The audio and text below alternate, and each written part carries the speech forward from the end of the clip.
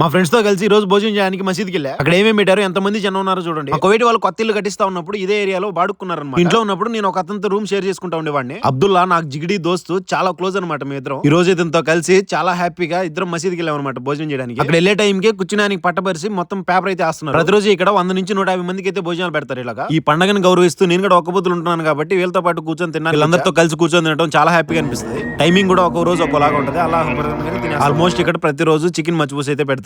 ఒక గ్లాస్ నిండా మజ్జిగ అయితే ఉంటాయి. మజ్బూస్ లేకి వెజిటేబుల్ మారాక్ అనమాట. చిన్న వాటర్ బాటిల్, ఒక ఆరెంజ్ ముండు, ఖర్జూరం ప్యాకెట్ అయితే ఉంటాయి అనమాట. మారాక్ వేసుకుని ఫుల్ గా లాగిచ్చేసా.